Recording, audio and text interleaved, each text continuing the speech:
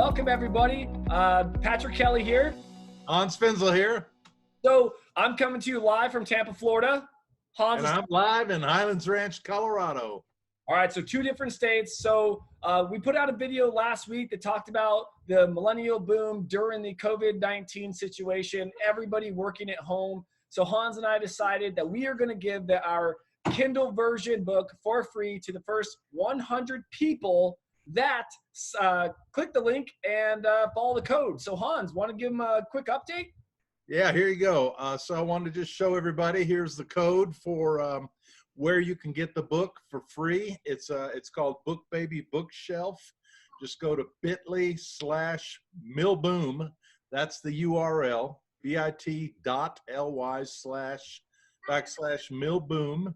And then order the book, and at checkout, use the coupon MillennialBOOM free, and you'll get the book for free.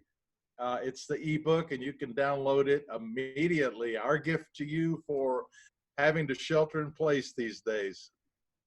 Yeah. So think about it like this. We talked about why this message is so urgent. So one, if you haven't seen the book, here's take a look at the book. Oh yeah, by the way, Patrick, why do we call it Millennial Boom? Some people don't get that title. Let's tell them about that. I've had a few people ask me about that. So if you look at the book, it's called Millennial Boom. So I've had a lot of people come up to me and say, this seems kind of negative, that millennials are just booming. And I'm like, whoa, stop the tapes. No, it isn't. Because if you read, it's helping millennials and boomers thrive together in life and work. And this is Hans and I. In Chicago, we had our pictures taken, obviously green screen, but this is building in Chicago and things like that. And we did this because we felt that putting both of our pictures on the cover would show a powerful statement. And on top of that, Hans, if you remember, we started off with the book title almost being like Clash of the Cultures, or we almost started it being that way. And then we realized that millennial boom, millennials for millennial and boomers for boom. Very simple, but still thriving together. Hans, what'd you say? There are a lot of explosions going on in the workplace, fights between boomers and millennials.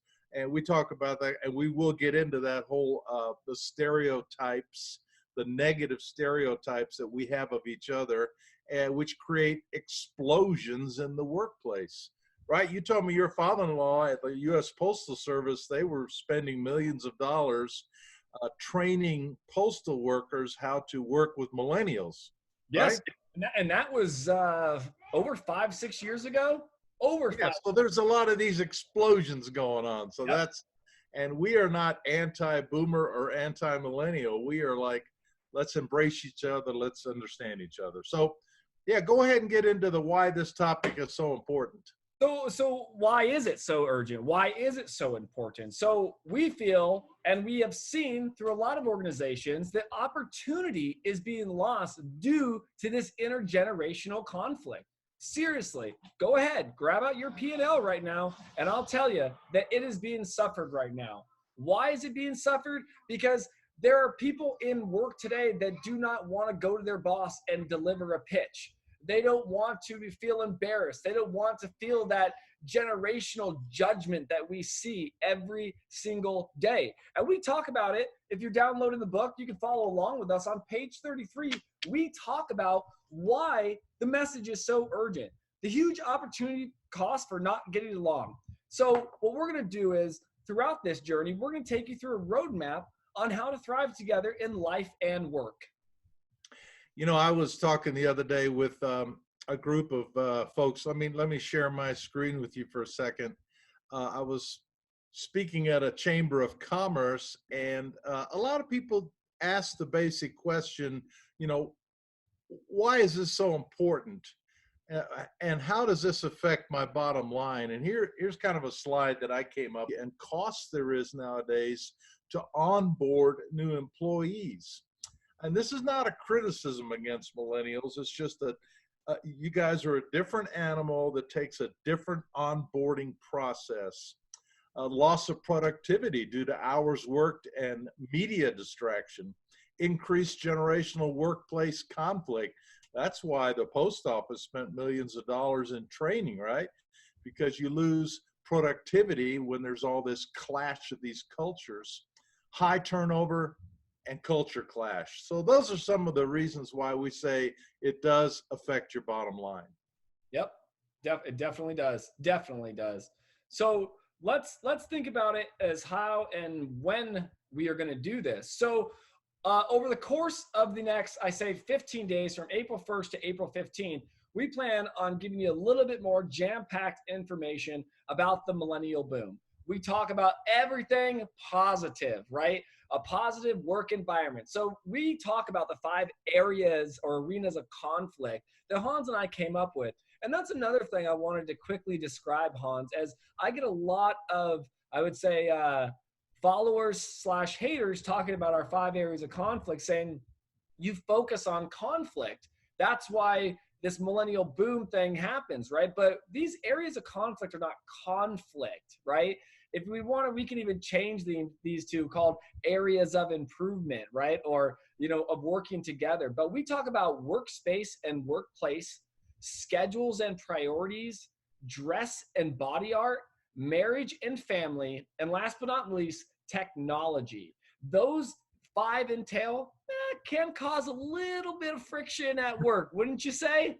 I would say more than a little bit. I like the word conflict, or we could use the word disagreements, a clash of values. But those really are the 5 arenas of the Gen Xers, because Gen Xers are the ones between the millennials who were born between 1980 and the year 2000. So the people who were born in the couple of decades between 1964 and the year 2000. It's a smaller generation. And I saw an article the other day where Gen Xers are saying they are the heroes of the coronavirus shelter in place.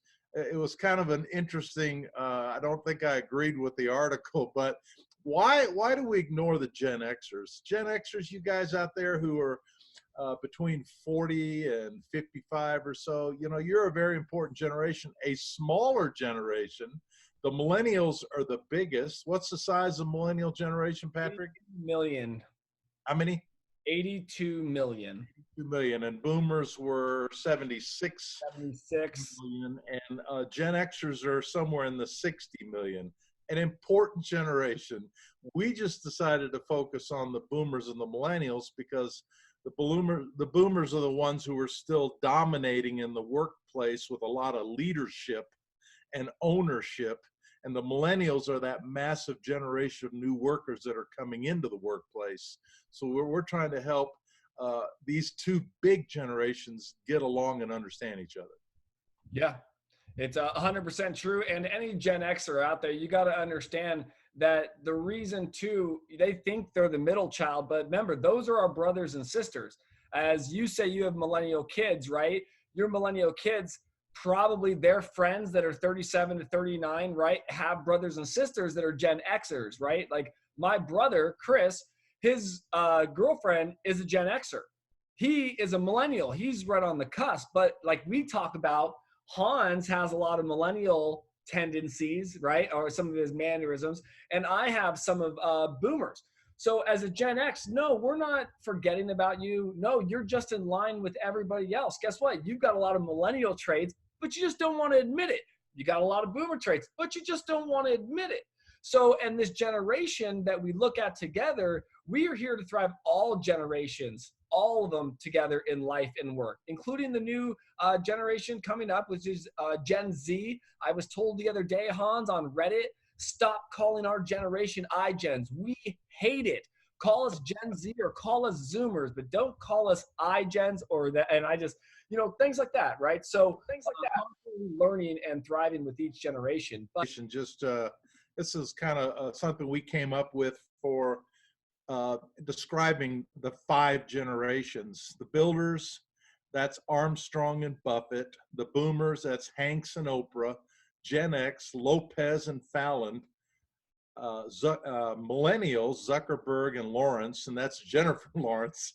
And then the iGen or Gen Z, and that's Ty, who's your son, and Asher, who's my grandson. So these are the 5 generations. And again, we're focusing on boomers and millennials specifically. I also like the fact, Patrick, that you mentioned about generalizations.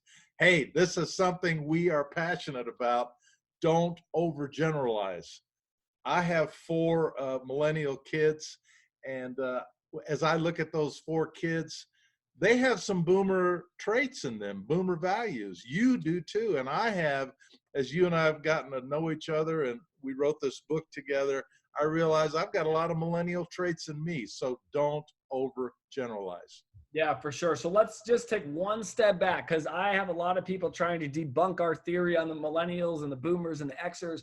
So the other day, I do a lot of Reddit, which is blogging, Hans. I follow millennials, I follow the Gen Xers, the Zs, the boomers, the builders. So I get a lot of different comments. So I was told this is the real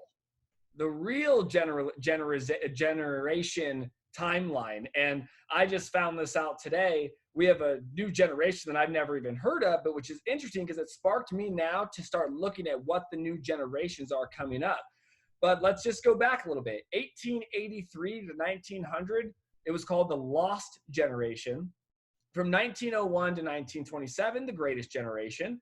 From 1928 to 1945, the Silent Generation. From 1964 to from 1946 to 1964, the Boomers. Right, pretty spot on, right? And everybody agrees on the boomer window. That's about the only place where there's agreement. All of a sudden, that's where the argument started. Right. 1965 to 1981 is Gen X. So they pushed it up into the 80s. And then we're pretty much in agreement with that. Yeah, so I mean, a couple of years is fine, right? And then 1982 to 1997 as the millennials. And then Zoomers, 1998 to 2013. And then the Gen Alpha, 2014 to present. So Gen Alpha, man, I've never heard of that one. Go to bit.ly/MillennialBOOM. That's a short code, bit.ly/MillennialBOOM. That's where you'll find it at Book Baby's bookshelf. That's the only place this coupon will work. You cannot use this coupon on Amazon. And the coupon code is MillennialBOOM free. Pretty easy to remember. So you find it at that URL, and the coupon is MillennialBOOM free, and you can download your free book. We're giving it to the first 100 people who grab that coupon between now and April 15th. Yep. Actually, what's coming tomorrow is a blast from the past. We are actually going to dive deep into the generations. So from Help, I'm a Workaholic, Millennial Wiring, we're going to talk about swag, right? A lot of different dress codes have changed since being indoors. And we're going to talk about things like, can you hear me now? Hans and I are going to have in-depth conversations with people that have reached out to us talking about how millennials, boomers, and all generations thrive together in life and work. So check us out on Facebook, MillennialBOOM now. Check us out on YouTube, MillennialBOOM. These links are also going to be posted on YouTube as well to our YouTube channels. So follow us on all social media platforms to get all this download for you. Hans? Yeah, tomorrow we'll tell you how we met. We'll start off with that story, okay? All right, we'll see everybody soon. Thank you so much.